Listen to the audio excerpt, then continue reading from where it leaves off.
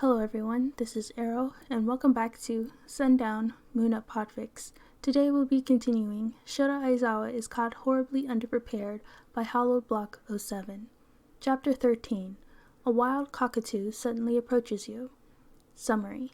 Shouta waits for Izuku to be allowed visitors, and everyone's favorite loudspeaker shows up. Saying Shouta did not particularly like hospitals would be a severe understatement. He hated them. Sure, they were there to help people who were injured. They welcomed new life into the world. They provided jobs.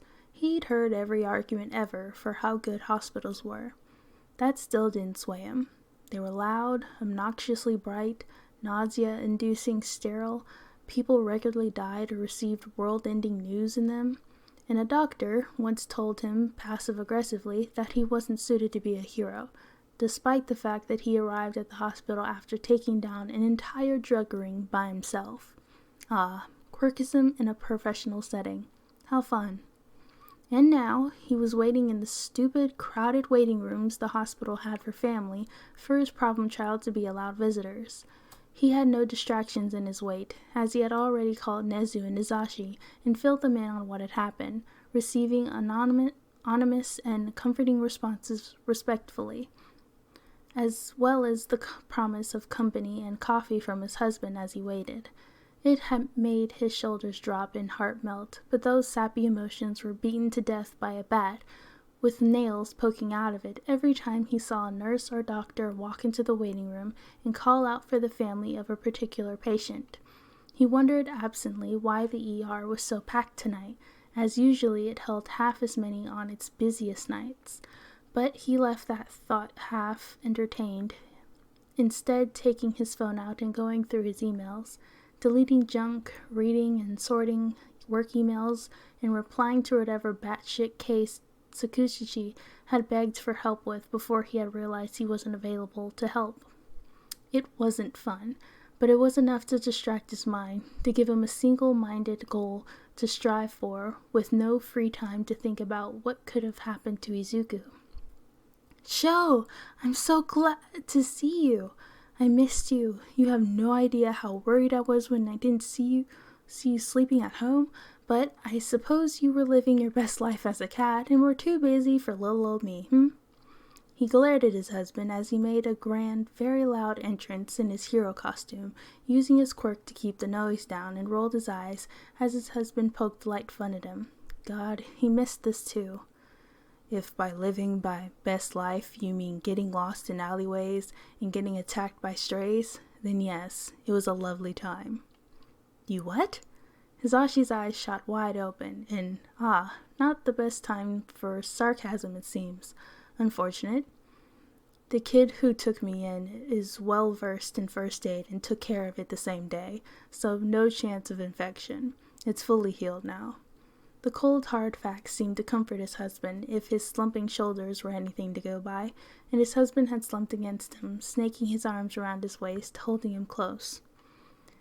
You know, I understand that being a hero means one of us not making it home, but shock like these really drive it home in the worst way, Sho. And he agreed. Having his routine so quickly disrupted really threw him off and reminded him that change was very much apparent in the world, and he couldn't prepare for absolutely everything despite his best attempts. Sorry to have worried you, love. Hizashi's eyes crinkled at the corner, at the pet name, smiling softly like a dopey fool. My dopey fool. It wasn't your fault. It was a quirk, right? Yeah, some kid who probably hasn't used it before then. Pretty interesting quirk, don't you think? Interesting, sure, but it doesn't interest me that much. Maybe I've got a bit of a grudge against it for taking my husband away from me for nearly a month. Hasn't felt like a month, felt more like a week or two. It's been nice with the kid. And he saw Hizashi's eyebrows raise in question at that comment, and immediately felt the weight of his mistake. Hit him like a freight train. Oh? You've spent all your time with the little green bean? What's his name, then? That bloody, insufferable look was giving him flashbacks to being a teen and trying to have a normal life before a nosy cockatoo and Cloud decided to bother him. It made him want to groan and curl up into nothing but a shadow, but the warmth he felt being nearby his partner was too strong to move him from his spot. Izuku Midoriya, he's a good kid. Got a solid head on his shoulders, and I think he could be a great hero, if All Might doesn't give him too many bad habits with training. What do you mean the kid is training with All Might?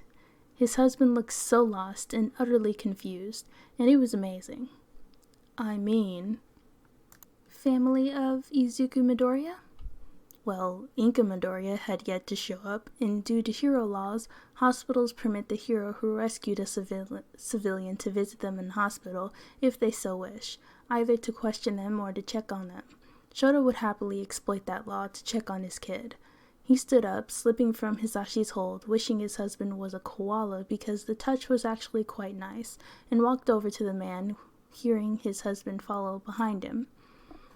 We're the heroes who rescued him. His family has not shown up, or to our knowledge, Shouta informed bluntly, buzzing with concern and a burning urge to see the greenette. Ah, okay. Well, he has a concussion, which is one of the worst worrying of his injuries, along with some internal bleeding from his assault. He has a few broken bones and some severe bruising, but he is well on the way to recovery. One of our doctors has a bone-mending quirk, which has proved incredibly useful in scenarios similar to this, and she used it readily despite his quirk status. I'm sure you will be glad to hear. The young man looked worried as he spoke, as if expecting him to bite his head off. While it did make Shouta feel all fuzzy on the inside, he saw no reason to, as the hospital had simply done its job. The fishing for praise for not being quirkish was irritating but ignorable. Are we able to see him now? He asked, face blank and tone bored, which unnerved the nurse even more. God, he dearly missed being able to unnerve people with just a look. Yes, he just got out of his healing session with Dr. Kuriko. He's conscious and aware, so there should be no problem there. But do not hesitate to call for help if he becomes unfocused. His concussion was pretty bad. The nurse nodded at him before speeding off, either running away or running to help another patient. Shouta looked to Hisashi and saw a grin on his face, mischief in his bright green eyes, and groaned at the sight. He was going to have his husband teasing him pretty soon, wasn't he? Shall we, darling? His partner asked, and he nodded, walking down the hall to his kid's room, nervous to see how the kid would react to his cat's true identity. Chapter 14. If you could speak at the speed of light, could you theoretically shoot a beam of light out of your mouth? Only Izuku will ever know. Summary. Izuku realizes that his cat is actually just a cat-shaped hobo man and not an actual cat. Shouta has 17 different scenarios prepared for how his problem child reacts to being told he is Eraserhead the cat, as well as Eraserhead the hero.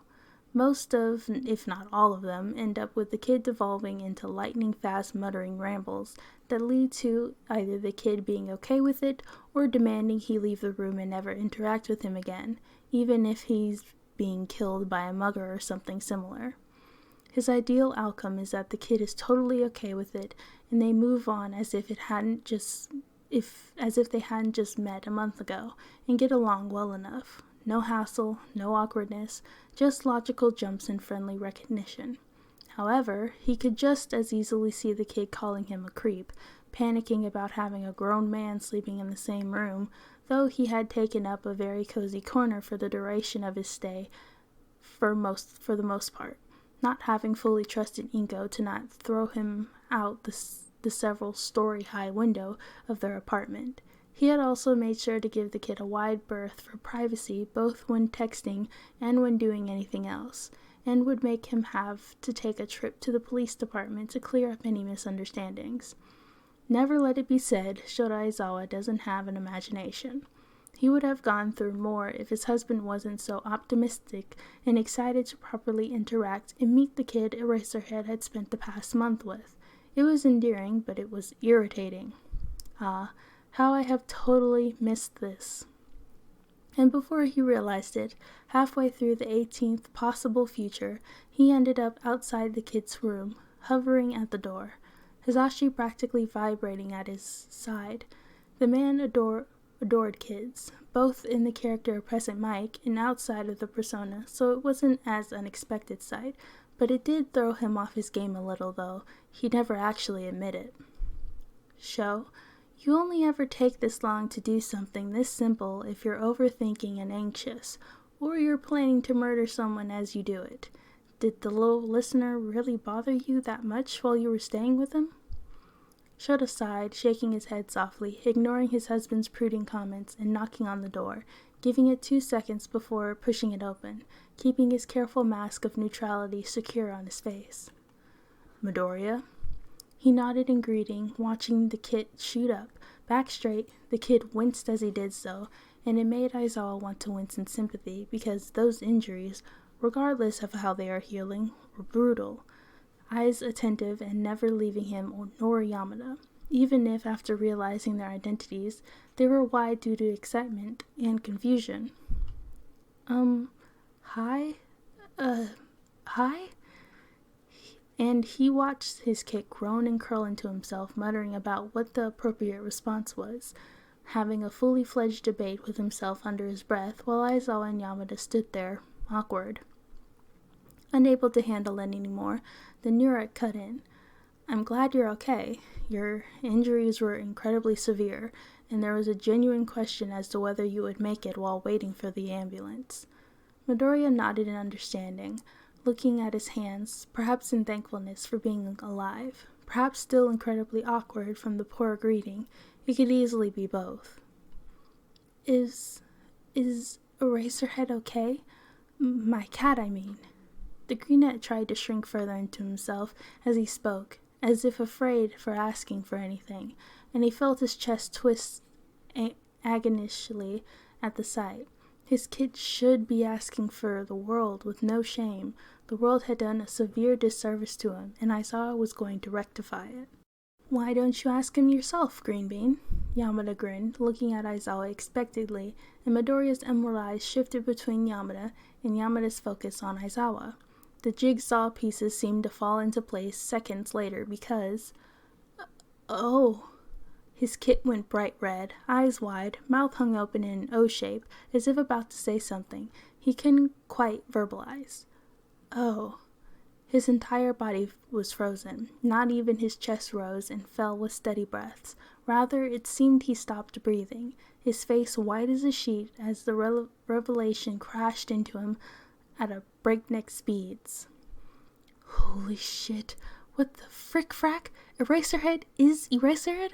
How did I not see it? Really, the black cat was incredibly smart and had an erasure quirk. It couldn't have been clearer if I still missed it.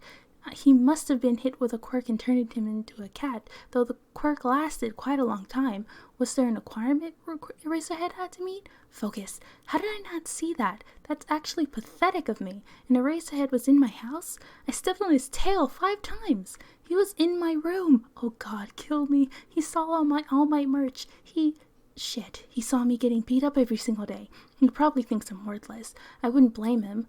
Is he going to leave me now? Am I going to have to train with All Might without Racer around? Shit, I gave Eraserhead a nickname. I told Eraserhead my theories about his husband and his husband's quirk. He probably thinks I'm creepy and stalkerish or even a villain. I almost called him his husband's surname. Oh God, what if that made him uncomfortable? They'd never spoken publicly about being together and I just threw it in his face? That I worked it out, and so could any villain if they tried. I'm so horrible. Whoa there, little listener. Pump the brakes.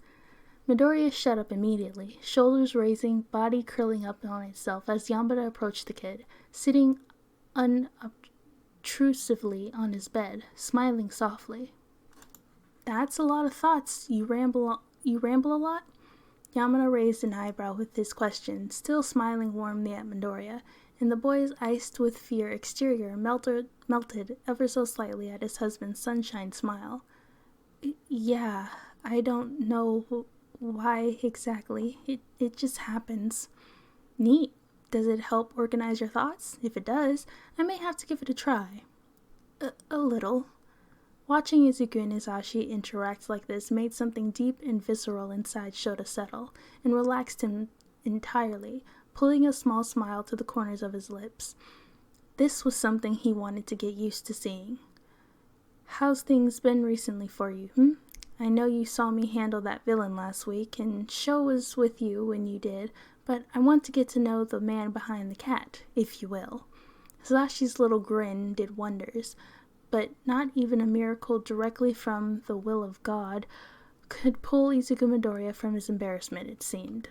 Izuku groaned, face no longer sheet white but red as a beet, ducking his head into his knees, muttering about commissioned hero posters and a present mic cat collar. Interesting. But seeing the kid retreat into himself was not a great thing, so Shouta stepped forward, standing at Izuku's bedside, slightly awkward, but miles better than his kid himself. "Kid, while I understand having a human being under the unwilling guise of a cat you kidnapped—" "Catnapped?" Hisashi cackled quietly, barely holding himself together, and Izuku joined in on his quiet laughter, a weak giggle escaping despite his position and current anxious breakdown. "Living in the same house as you may not be a wonderful thing to be informed of, especially after being attacked by your classmates. You do not need any additional stressors right now, but it's best you know." The kid's shoulders shrugged, and he looked up, viridian eyes watery, but cheeks dry. Maybe this wasn't entirely unsalvageable. "And I must admit, I didn't hate my time as a cat."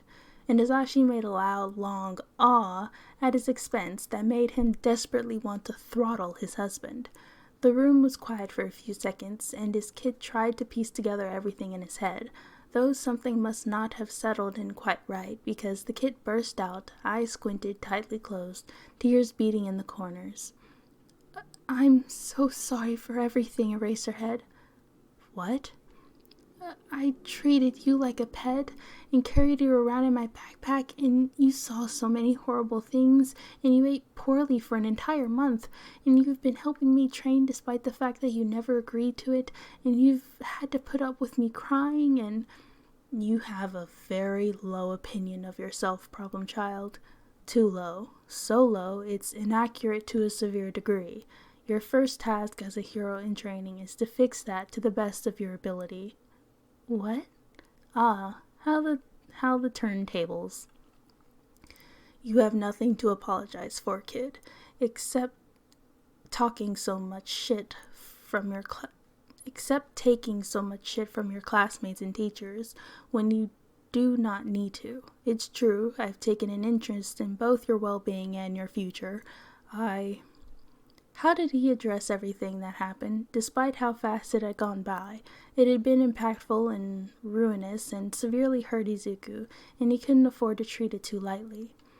"I saw quite a lot of your daily life, and we spent quite a fair bit of time together. I have words. The devil himself must have crafted them because they were horrible and revealed so much that he would rather keep buried 13 feet underground instead of reveal in his speech. Beyond fond, developed a parental affection for him, decided fish is better raw than cooked. You heathen!" Hisashi could always lighten the mood, and he did if Izuku's weak chuckles were anything to go by, but it was the fact that he wasn't wrong on any of the points, in all honesty. His kid seemed to realize this and went pale again, looking at him, analyzing him, looking for false intent, lies, or something malicious and cruel that he simply wouldn't find there, hidden or visible. "You liked spending time with me?" The greenette looked so small, drowning in bandages, sat on the hospital bed, looking up at him with those wet jade eyes. He would rather shrivel up and die than answer, but his kid needed the reassurance, needed to be looked at and told he was wanted, that he had worth, that he could be a hero from someone who hasn't already crushed his dreams and left them somewhere he could very well have killed himself. Yes, this is very specifically targeted towards All Might. "Yes, I did. Why else would I have stayed with you?"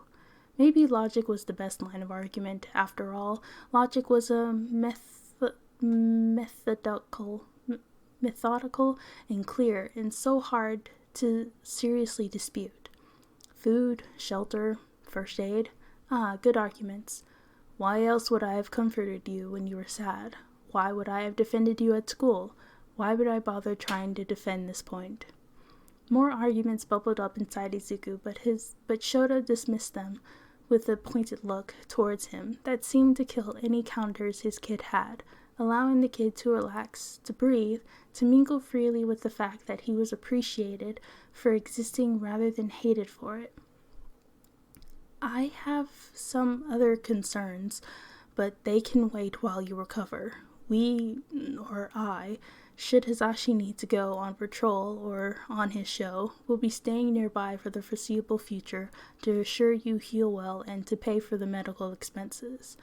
The kid had even more protest, and Shouta shut them down quickly, fighting the urge to exclaim that he didn't mind, he had too much money and he would never use it all, same with Hisashi, that he wanted to make sure that his kid was alright and continue to spend time with him. Why couldn't Izuku just accept that?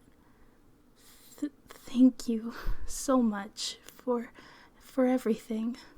The greenet's eyes burnt with sincerity and tears that had just started to cascade down his still blushing cheeks. No, thank you, problem child. Shouta grinned, not his terrifying smile he doubted his kid would appreciate right now, but a softer, more meaningful quirk of his lips. Shouta had prepared for an outcome similar to this, where his kid was intensely and incoherently grateful for what little Eraserhead had done for him. He didn't really see the logic, but he could see his kid making those jumps.